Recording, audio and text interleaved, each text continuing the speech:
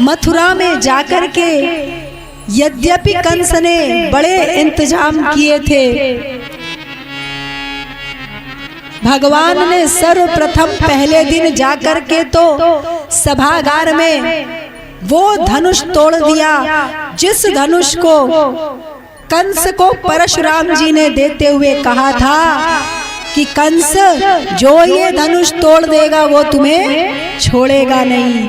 और खेल खेल में ही जाकर के भगवान कृष्ण और बलराम ने सभागार में उस धनुष पर प्रत्यंचा चढ़ाते ही उस धनुष को भंग कर दिया।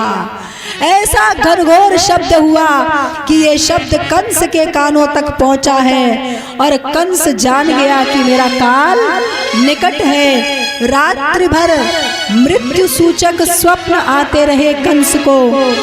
कंस स्वप्न में देख रहा है कि प्रेत मंडली कह रही आओ स्वागत है, कल सवेरे तुम हमारी मंडली में शामिल होने वाले हो। प्रेम से बोलिए। कंस डर जाता, जिधर भी देखता किसी की आंखों की काली काली पुतली भी देखता तो कहता कृष्ण, काला काला दाल में जीरा भी देखता तो कहता कृष्ण, जिधर देखता काली छाया कृष्ण। देखो अंतिम समय में कंस की कैसी मति गति, कृष्ण कृष्ण कृष्ण कृष्ण कृष्ण, सर्वत्र उसे कृष्ण दिख रहे हैं।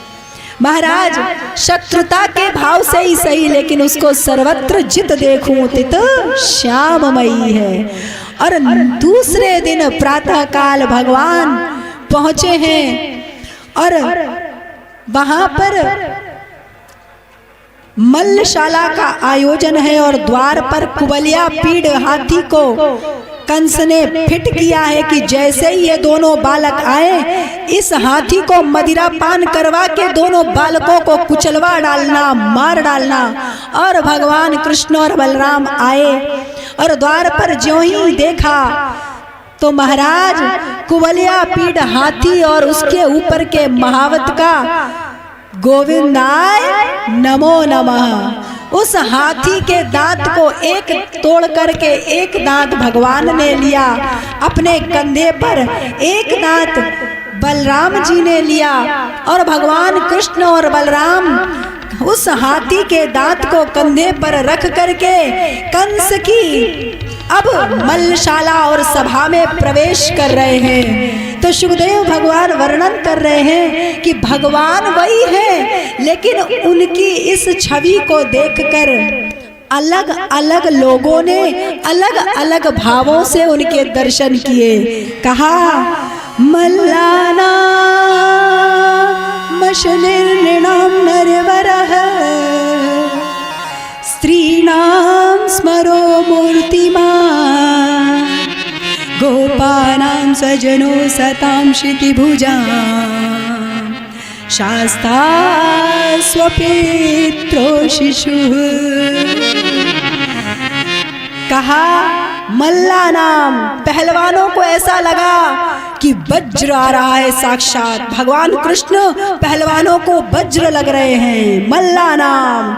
और फिर कहा जितनी मथुरा की स्त्रियां थी उनको लगा साक्षात कामदेव चले आ रहे हैं।